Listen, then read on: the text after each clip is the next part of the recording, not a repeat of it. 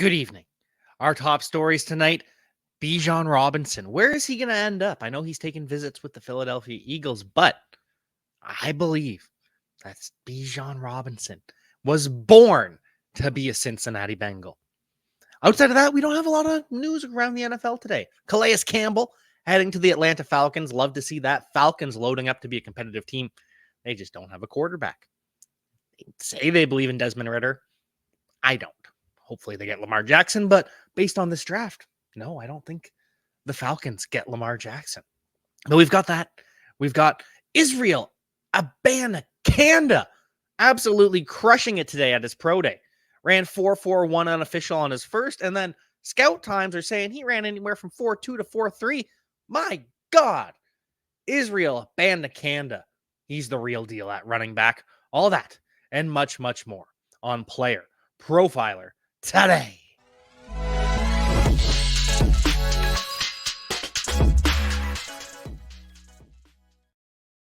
Like I said, quiet day around the NFL in terms of news. I thought we would see something busier. The biggest news of the day, a couple changes. Paris Campbell, he's going to number 0. Paris Campbell making the switch. He is joining Calvin Ridley from the Jacksonville Jaguars as another number 0. So we've got 2 wide receivers already wearing number 0. We have T. Higgins. T. Higgins going to be switching to the number 5, which he wore back in his days with the Clemson Tigers. Now, of course, you're wondering, why did he wait so long to switch? That's because the NFL made you pay to switch your jersey for the past couple seasons. So Higgins sticks it out, switching to number 5, and good to go. We also have Israel Abanikanda, who we talked about in the intro. What a pro day for him. 41-inch vertical, explosive as hell. Somewhere from a high 4.2 to a low 4.3 in terms of his 40. I can't wait to get those official numbers. Can't wait to report on those because those are going to be game-changing. Whew. We also have Aaron Rodgers. The Jets.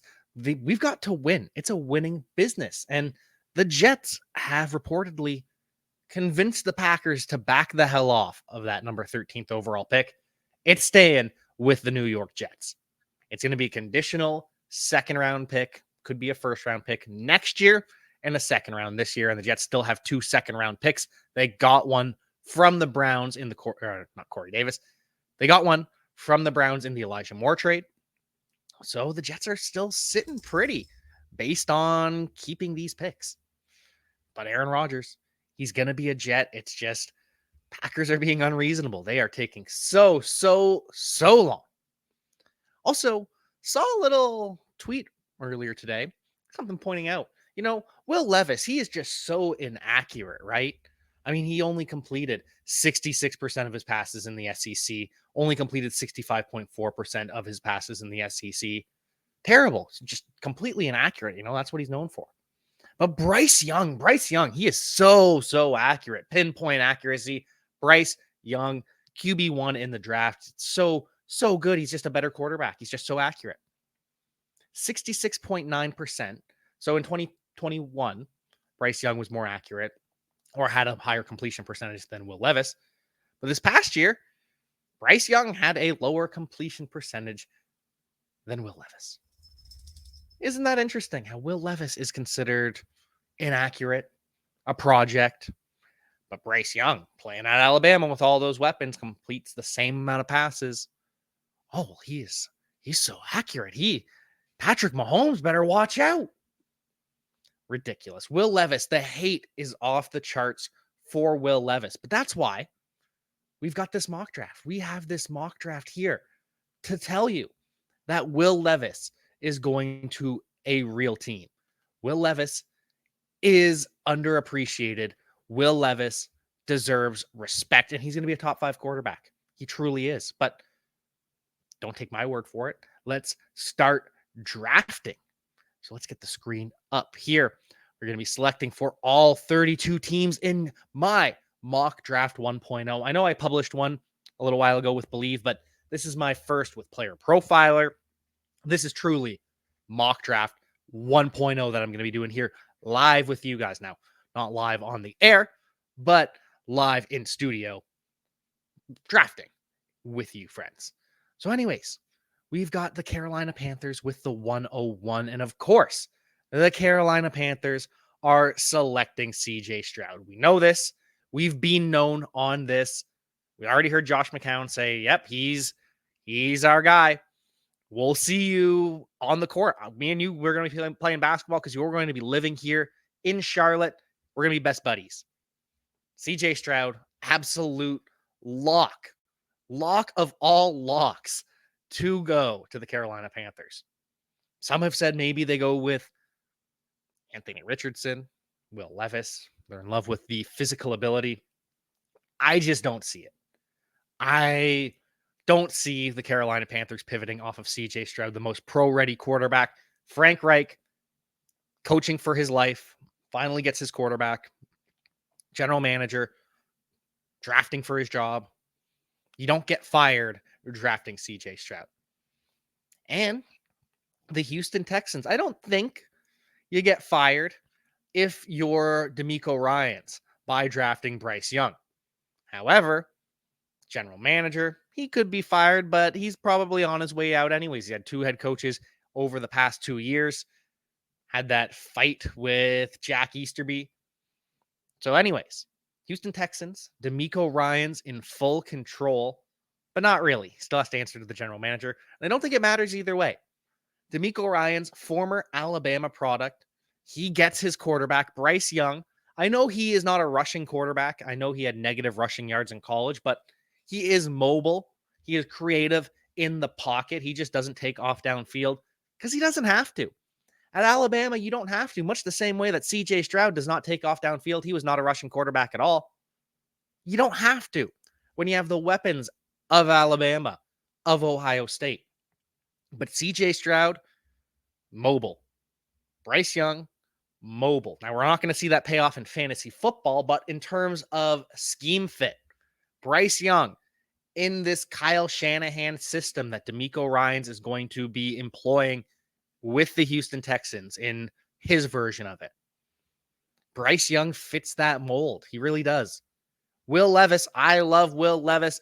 I believe in Will Levis. I would take Will Levis over Bryce Young in fantasy football and probably in real life too because of the upside. I think Bryce Young really is my QB4 based on the upside, based on the size.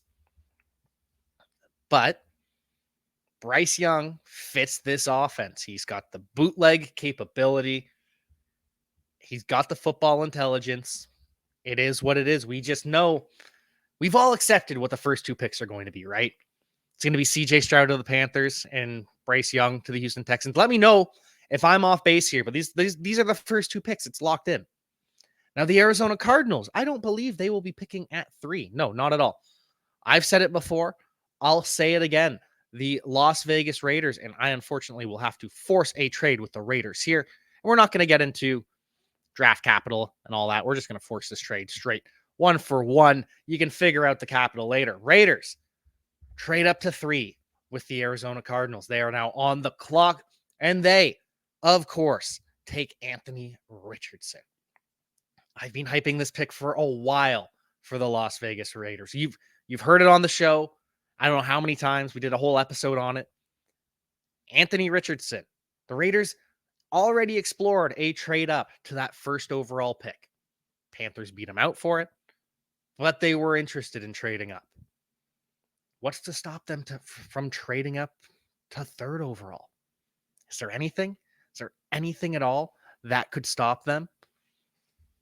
I don't think so. Jimmy Garoppolo's not stopping them. Josh McDaniels, he's coaching for his job. He's fighting for his damn life. He has to give them something to believe in, doesn't he? Or else Josh McDaniels, he's going to be on his way out. He's going to... Right? Josh McDaniels, it was such an embarrassing first year. Forces Derek Carr out, replaces him with Jimmy Garoppolo. If there's no hope at the end of the season, Josh McDaniels is out of here. And so with Anthony Richardson, with a project quarterback he can point to, say, no, you got to let me develop Anthony Richardson.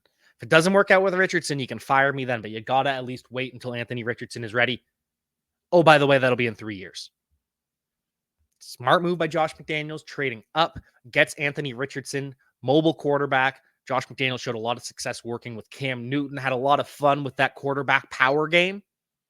Now with the 4th overall pick, many of you think I would pick Will Levis here for the Indianapolis Colts, and that's what I did in my first mock draft. But no, in Jack Cavanagh's mock draft 1.0, it's not Will Levis to the Colts, no.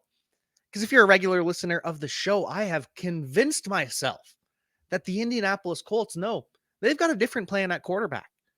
The Indianapolis Colts, when all is said and done, when the dust has settled on the NFL draft, they are going to put out an offer sheet to the Baltimore Ravens, to Lamar Jackson, give him what he wants, and tell the Baltimore Ravens, hey, match us or he's ours. And Lamar goes to the Indianapolis Colts. And if not, Colts bottom out with Gardner Minshew as their starting quarterback. And that's okay too. Maybe Gardner Minshew has the Geno Smith career arc. Maybe he figures it out. Different career arc because Gardner Minshew. Anyways, not important. Colts pass on quarterback. Instead, they get their new version of Dwight Freeney. They get their new version of Robert Mathis. They get the bendy, explosive, productive edge defender, Will Anderson from Alabama. I believe, was Freeney from Alabama too? Regardless, you just know that Chris Ballard is going to love Will Anderson, love the traits, love the prestige, love all the awards that he was given in college. One of the most decorated college athletes in the history. And just in the history, honestly, I was going to say in the history of college football, but no, Will Anderson, one of the most decorated athletes in college history. So that puts the Seattle Seahawks on the clock. And this is Will Levis's time to shine. This is where Will Levis comes off the board to the Seattle Seahawks. Seattle, they've been meeting with multiple teams. They've been meeting with every quarterback. The only pro days that Pete Carroll attends are the quarterback pro days. So Anthony Richardson, he's going to have his pro day tomorrow. Oh, I cannot wait to tell you all about that. Can't wait to talk about that tomorrow. But that's the only pro days that Pete Carroll's going to. And he knows we're never going to pick this high again. Geno Smith is too good of a quarterback for us to pick 5th overall. I'm too good of a coach to be picking 5th overall. So when the Colts pass on a quarterback, Will Levis head into Seattle, and he can be a project. He can be developed behind Geno Smith. It's essentially a 1-year deal for Geno Smith. Will Levis sits behind him. You decide after this season, okay, do we trust Will Levis? Are we going to start him in 2024? Or do we go another year of Geno, then let them battle it out? Great setup for the Seattle Seahawks. They have put on an absolute masterclass this offseason. The Seattle Seahawks truly have. Just chef's kiss. Can't beat it. Absolutely so impressed with the Seahawks. That puts the Lions on the clock. And Dan Campbell recently said of Jalen Carter, talked to some of his teammates, it was interesting. Well, what does that mean? Is it good? Is it bad? It was interesting. I believe that's a smokescreen. I think the Lions are going to be taking Jalen Carter. They're a big character football team. They care a lot about who you are as a person. And Jalen Carter, I know he's got the controversy for the speeding, but Jalen Carter, you have to remember, started a tradition with the Georgia football team where if you're a scholarship athlete, you pay for the meals of the non-scholarship athletes because those aren't free. If you're not on scholarship at Georgia, you have to pay for your meals. Scholarship athletes, they get it for free. So all these guys starting to make nil money, NIL, name, image, likeness, they started to pay for their non-scholarship athletes. And that, I think, will make a difference for Dan Campbell, for Brad Holmes. And that's why I've got Jalen Carter going to the Lions. Cardinals on the block at pick 7, taking Tyree Wilson. I don't know. I don't know what this new regime is like. I don't know how they're going to run it in New England Patriots 2.0 because this is a New England Patriots type hire in Monty Austinfort. So I don't know what it's going to be like. I don't know what type of scheme they'll employ. Well, I know the type of scheme they'll employ. It's Jonathan Gannon's. And I think Jonathan Gannon gonna love a athletic freak like Tyree Wilson. Just feels like a Cardinals pick. And maybe this is a projection of a Cliff Kingsbury pick, but can see the Cardinals just falling in love with the measurables on Tyree Wilson, even though he is not testing, even though I don't think he should go this high. This just feels like a Cardinals pick. And maybe I am projecting again the old Cardinals, but it just feels like it. Now with the Atlanta Falcons, I've done this one before too, and I'm going to do it again. Myles Murphy to the Atlanta Falcons. They are building a powerhouse on defense. Calais Campbell signed earlier today. They drafted Arnold Ebiketie in the second round last year. They bring back Lorenzo Carter. They've got D'Angelo Malone, but none of these players, none of these edge rushers that I've listed match up with the physicality, the physical ability, the length of Myles Murphy, the Clemson edge defender. He's going to fit in well with the Atlanta Falcons. They are truly building a bully on the defense. Jesse Bates signed him at safety this offseason. Casey Hayward's back at corner. AJ Turrell back at corner. I'm excited for this Falcons team. I know part of my excitement is because I still believe that Lamar Jackson could end up there, despite me giving him to the Indianapolis Colts. But man, wouldn't that be fun? Atlanta Falcons, Lamar Jackson. Anyways, I'll stop fantasizing and I'll start picking once again. And this is another one that I'm going to be picking this every time, unless I draft Peter Skoronski ahead of the Chicago Bears. This one's just a lock. I mean, Peter Skoronski, the guy from Illinois and going to Northwestern. Skoronski, just a Chicago last name. You can just hear Mike Ditka calling it out. You just see it. You feel it. And I know they could go Paris Johnson. I've thought about that plenty of times, but really, I do not see myself going outside of Peter Skoronski, and he can play anywhere on this offensive line. He can play tackle. He can play guard. Maybe not center, but they don't need him to play center. Anyways, Peter Skoronski, new Chicago Bear, Philadelphia Eagles. Now, this one I've hemmed and hawed over. Do they take an edge rusher or do they take a tackle? It doesn't have to be an edge rusher. I'm talking just an impact playmaker, though I don't think there's any defensive tackles that are going inside the top 10 here, outside of Jalen Carter. But for the Eagles, edge rusher or offensive tackle, because this is what Philadelphia does. A lot of people want to put Bijan Robinson on the Philadelphia Eagles with that 10th overall pick, but that's just not who they are. It really isn't. They're not a running back in round one team. They're smarter than that. I know they drafted Jalen Reagor, but there were things to like about Jalen Reagor. He was hella explosive. Should have taken Justin Jefferson, but I don't begrudge Howie Roseman for drafting Jalen Reagor in the first round. It's just who he drafted him in front of. That's the problem. Smart team, smart franchise. Don't draft running backs in the first round.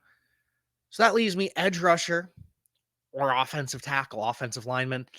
And I think with the Bears passing on Peter Skoronski, I'm going to go with Paris Johnson in this one. I believe I'm going with Paris Johnson. Or do I? This is one I get hung up on. No, I'm going to go Paris Johnson to the Eagles. He can compete at right guard with Cam Jurgens. Replaced Belaine Johnson just signed. No, we're going to go with Lucas Van Ness. We're going with Lucas Van Ness.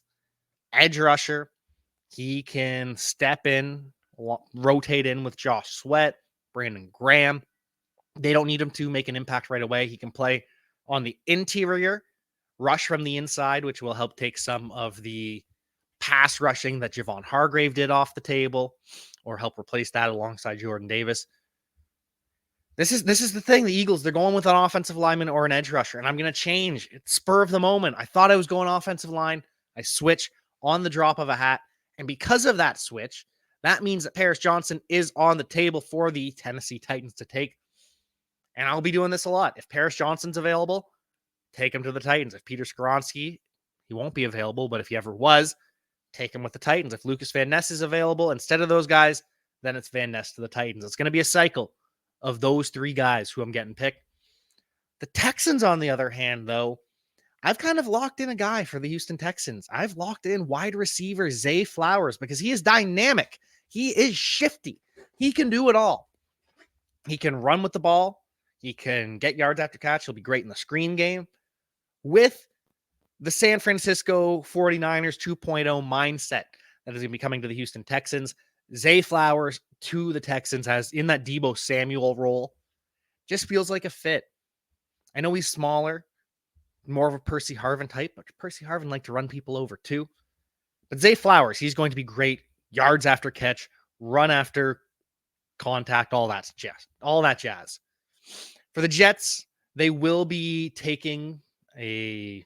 They will be picking with their first round pick at 13th overall. Maybe they trade back, but they'll be picking in the first round. They will not lose this pick to the Green Bay Packers, but they will be drafting Nolan Smith. Cody has done this, I think, twice now that I've seen Cody draft Nolan Smith to the Jets, and truly I'm in love with that. Getting Robert Saleh, another edge rusher. Love that. This is another one that I've made in the past, and then I saw Matty Kiwoom make Broderick Jones to the New England Patriots. This one I'm a big fan of. They need offensive line help. Bill Belichick. It's been rough. It's been rough these past couple of years. So start from the basics, draft another offensive lineman. You get a right tackle. Maybe he's left tackle. Trent Brown, you slide him back to right. But now you don't have to start Riley Reef at right tackle anymore. That is solved. That is saved. Green Bay Packers, I have going with a wide receiver. I've got them going with Jackson Smith and Jigba. They have said they need to address the wide receiver room. They really do. Romeo Dobbs and Christian Watson, they're outside receivers. So Jackson Smith and Jigba goes to the Packers. Commanders, think with Devon Witherspoon. That's the best available that we've got left. So Devon Witherspoon to the Commanders. I did this last time too. Commanders draft a quarterback. Can't remember who. Joey Porter, I'm going to draft to the Steelers over and over again. Lions, they just signed Marvin Jones right before the show kicked off, in my world at least. But that's not enough. Having wide receiver 3 being a rotation of Marvin Jones, of Josh Reynolds, of Khalif Raymond, not enough. Get Quentin Johnston. He replaces DJ Chark. Jameson Williams, still the wide receiver 2, and this is the most explosive offense in the NFL. Buccaneers, they need offensive line help. Desperately, they need an offensive tackle. And so I don't know why Darnell Wright is so low on PFF, but Darnell Wright to the Tampa Bay Buccaneers, just great value pick. This is something that we've seen the Buccaneers do in the past.